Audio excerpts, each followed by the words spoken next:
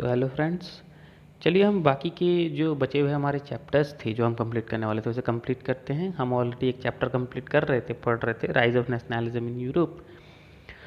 तो उसमें देखिए अभी हमको जो पढ़ना है वो मेरे ख्याल से चैप्टर की जो दो इम्पॉर्टेंट क्वेश्चन आते हैं वो हमें पढ़ना है। पहला कि हाउ जर्मनी वॉज फॉर्म्ड, और यूनिफिकेशन ऑफ जर्मनी भी इसे कहते हैं कि जर्मनी का यूनिफिकेशन कैसे हुआ।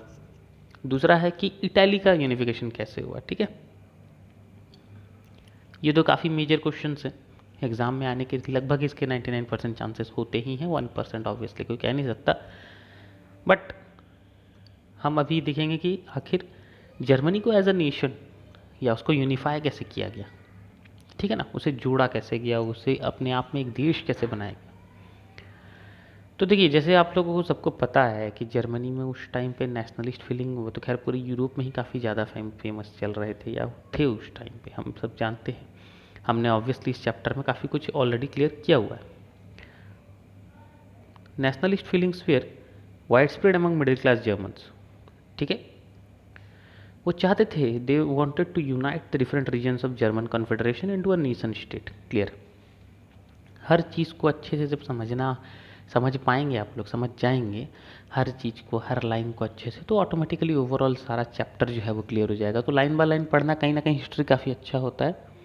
हिस्ट्री को जितना लाइन बाय लाइन पढ़ेंगे it will be more better to you only, because NCERT is such a book that you have to understand, you have to read line by line of it in order to get a good score। तो देखिए उसके बाद क्या था, पर ये liberal initiative जो start किया गया उसे रिप्रेस्ड कौन कर रहा था, कंबाइंड फोर्सेस, मोनार्की कर रहे थे और मिलिट्री कर रहे थे, क्योंकि मोनार्की ऑब्वियसली नहीं चाहेंगे ना, ठीक है ना, जो बड़े लैंड ओनर्स थे, ठीक है, वो तो नहीं चाहेंगे कि भाई लोगों के अंदर एक यूनिफिकेशन की भावना है या नेशनलिज्म की भावना है, वो तो चाहेंगे ना कि हम उन्हें दबा कर रखें। ठीक है, पर प्रूशिया ने बोला कि नहीं भाई, मैं लीडरशिप लेता हूँ इस मूवमेंट को, नेशनल यूनिफिकेशन को करने का। ठीक है, तो इसके चीफ मिनिस्टर जो थे ऑटो वन बिस्मार्क, के नाम याद रखिएगा आप लोग, उन्हें आर्किटेक्ट कहा गया इस पूरे प्रोसेस का। ठीक है, सो अगर एग्जाम में क्वेश्चन आता है who is known as the architect of unification of Germany, तो आप लोग लिखेंगे ऑटो वन बिस्मार्क, बिना किसी सेकंड थॉट के आप लोग वही लिखेंगे। ठीक है, आई होप यहाँ तक सबको समझ में आ चुका होगा। अब तीन वॉर हुए थे, 7 साल ये चले थे, ऑस्ट्रिया, डेनमार्क और फ्रांस के साथ, ऑब्वियसली किसका, प्रूशिया का, और प्रूशिया ने लास्ट में जीता और इस यूनिफिकेशन के प्रोसेस को ख़त्म किया और प्रूशियन किंग विलियम वन को जर्मन एम्परर घोषित किया गया, कहाँ, वर्सेलिस में। तो आप लोग, मैंने जितना हाईलाइट किया है आप लोग इसे देखकर बुक में हाईलाइट कर सकते हैं, और इसको कहीं ना कहीं मार्क वाइज लिखना है। अगर एग्जाम में 3 मार्क्स में आता है, वैसे तो ये 3 मार्क्स में नहीं आता, क्वेश्चन तो 5 मार्क्स का है, तो आप लोग इन्हें जितना मैंने हाईलाइट किया है उसमें से अगर आप 5 पॉइंट निकाल लेते हो, so it will be a lot of, means it will be very beneficial for your examination. Okay, 5 point आप लोगों को इसमें से लिखना है, वो 5 पॉइंट भी मैं बता दूंगा। मैं कोशिश करूंगा आप लोगों को जल्दी ही नोट्स प्रोवाइड करने का इसका, फिलहाल पहले समझ लीजिए वो ज़्यादा बेटर है, उसका नोट्स तो इजी है, वो बना लेंगे। ठीक है, सो ऑटो वन बिस्मार्क कुछ मिनिस्टर्स के साथ गैदर होते हैं वर्सेलिस के एक पैलेस में, और नया जर्मन एम्परर इन्होंने किसको बताया, kaiser William one of Prussia. Exam में आएगा तो कोई भी आप लोग ये लिख के मत आ जाइएगा कि जर्मन एम्पायर किसे बनाया गया, तो लिख के आ जाएंगे ऑटो वन बिस्मार्क, नहीं, जर्मन एम्पायर बनाया गया केसर विलियम वन को। ठीक है, ठीक है, एग्ज़ाम में इतना ही लिखना है आप लोगों को, और कुछ नहीं लिखना। अब आ जाते हैं हम इटली की यूनिफिकेशन के बारे में। बस मैं जो हाईलाइट किया, मैंने जैसा बताया वैसा पढ़िए, एग्जामिनेशन पॉइंट ऑफ व्यू से पढ़ाई करेंगे तो हमारे लिए सबसे अच्छा रहेगा। ठीक है ना। अभी देखिए इटली का केस क्या था कि Italy was divided into 7 states of which only one, Sardinia Piedmont was ruled by an Italian princely house. Italy का बड़ा स्ट्रेंज केस था, 7 स्टेट्स में बटा हुआ था, और बाकी के जो 6 थे, एक के अलावा जो 6 थे वो इटली के थे ही नहीं, मतलब उनका इटालियन हेरिटेज था ही नहीं। और ओरिजिनली इटली को जो बिलोंग करते थे वो इकलौता स्टेट कौन था, साइडिनिया पेडमोंट, यहाँ मैंने हाईलाइट किया हुआ है। ठीक है, ठीक है, तो यहाँ देख सकते हैं, वैसे एग्जाम के लिए इसके बाद वाला जो मैं भी बता रहा हूँ वो देख सकते हैं कि नॉर्थ जो था वो ऑस्ट्रियन हैब्सबर्ग एम्पायर के अंडर में था, सेंटर जो था वो पोप के अंडर में था, सदर्न रीजन जो था वो under domination of bourbon Kings of Spain था। तो देख सकते हैं कि कितने तरह तरह के लोगों का डोमिनेंस था उस रीजन में। ऑब्वियसली उस रीजन में यूनिफॉर्मिटी तो होने चाहिए, यूनिफॉर्मिटी तो होगी नहीं, ठीक है ना। देखिए यहाँ पे दिया हुआ है, इटालियन लैंग्वेज को भी किसी ने कोई कॉमन फॉर्म नहीं मिला। कैसे मिलेगा जब इतने सारे लोग उसे रूल कर रहे हैं, तरह तरह के सॉरी तरह तरह के लोग उसे रूल कर रहे हैं और उनमें ही डिफरेंस है, then obviously the language will also differ. ये तो सिंपल सी बात है, ठीक है। गुसेपी मज़नी, अगर आप ये चैप्टर पढ़ रहे हैं तो आप इस इंसान के बारे में जानते ही होंगे, बहुत बड़े रिवोल्यूशनरी थे वो उनका मतलब कि इच्छा था कि वो इटालियन रिपब्लिक फॉर्म करें। इन्होंने एक यंग इटली नाम का सीक्रेट सोसाइटी भी फॉर्म किया था। एग्ज़ाम के लिए पढ़ लीजिएगा, ये नाम बहुत आता है कि इनके सीक्रेट सोसाइटी का नाम लिखो, ठीक है।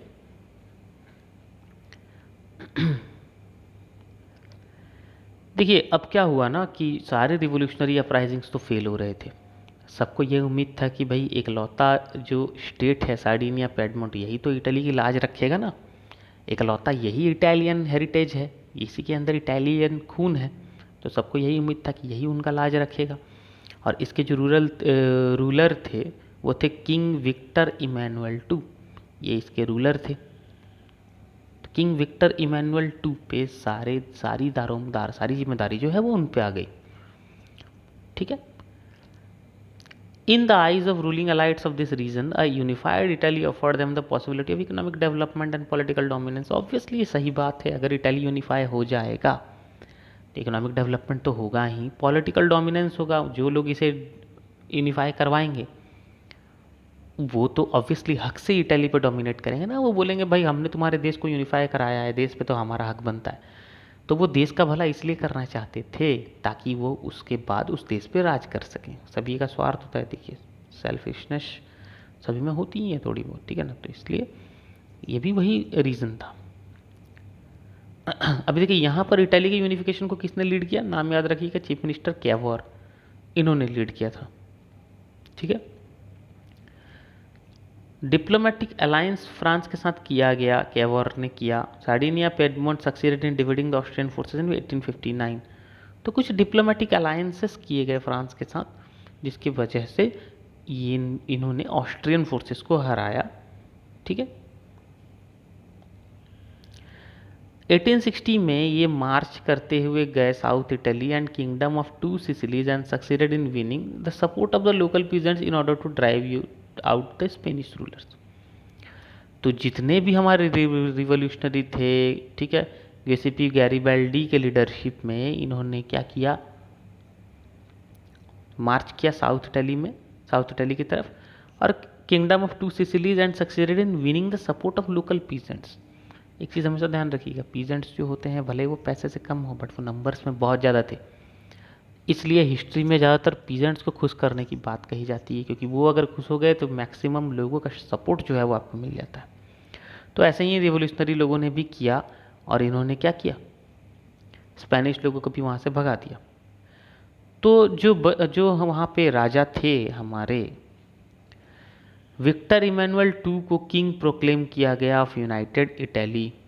मैं आशा करता हूँ, होप करता हूँ कि आप लोग भूले नहीं होंगे कि ये विक्टर इमैनुअल कौन है।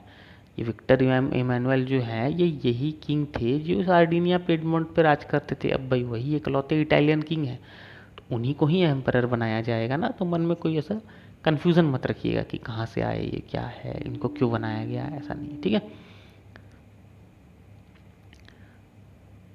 समझ में आ गया, यहाँ तक तो समझ में आ गया होगा सभी को, ठीक है ना। चलिए बढ़िया। तो the peasant masses who had supported Garibaldi in southern Italy had never heard of Italia and believed that La Italia was Victor Emmanuel's wife। कहने का क्या मतलब है, जो जिन लोगों की मदद से, जिन लोगों की हेल्प लेकर इन्होंने इटली को किया था आपका यूनिफाइड, पीजेंट्स को इनके काफ़ी कुछ पॉलिसीज़ के बारे में पता ही नहीं था। कहने का यह मतलब है कि पीजेंट्स का इस्तेमाल किया जाता था पहले बहुत, उनके हेल्प से ये यूनिफाई तो हो गए, पर कई सारी चीज़ें थी जो पीजेंट्स को पता तक नहीं थी उनके बारे में।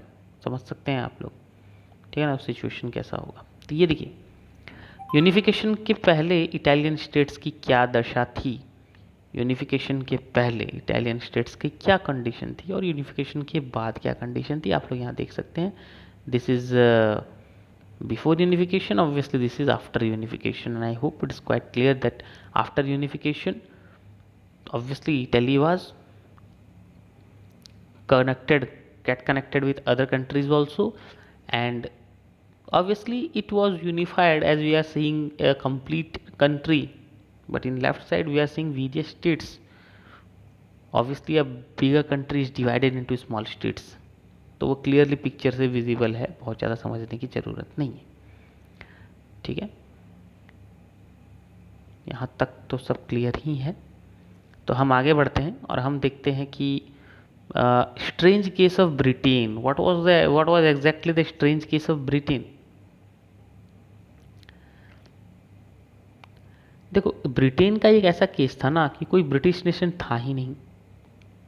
Primary identity of people who inherited the British Isles ethnic one, लोग जो है वो एक ब्रिटेन नाम का एक कंट्री को हम बिलोंग करते हैं ऐसा नहीं था। कुछ लोग जो थे वो इंग्लिश थे, कुछ लोग वेल्श थे, कुछ लोग स्टॉक थे, कुछ लोग स्कॉट थे और कुछ लोग आयरिश थे, ठीक है। स्कॉट और आयरिश हम इंटरचेंजेबली ऐसे इस्तेमाल कर सकते हैं। सभी का अपना कल्चरल एंड पॉलिटिकल ट्रेडिशंस था, ठीक है ना। इंग्लिश पार्लियामेंट ने क्या कहा,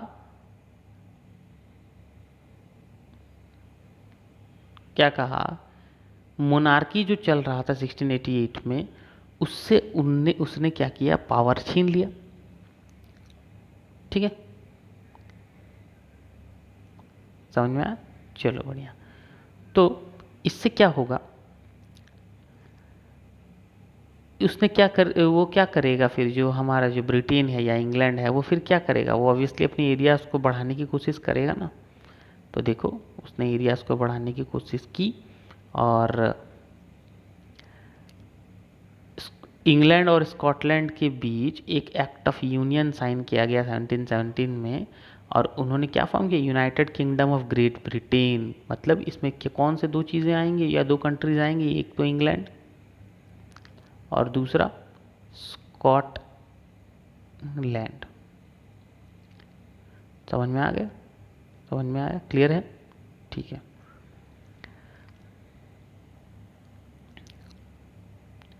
Catholic clans that inhabited the Scottish Highlands suffered terrible repression whenever they attempted to assert their independence। कहने का मतलब, जब भी वो इंडिपेंडेंस पाना चाहते थे तो उनको टेरिबल रिप्रेशन का मतलब क्या, उनके खिलाफ आंदोलन किए जाते थे, उनको रोका जाता था, ठीक है।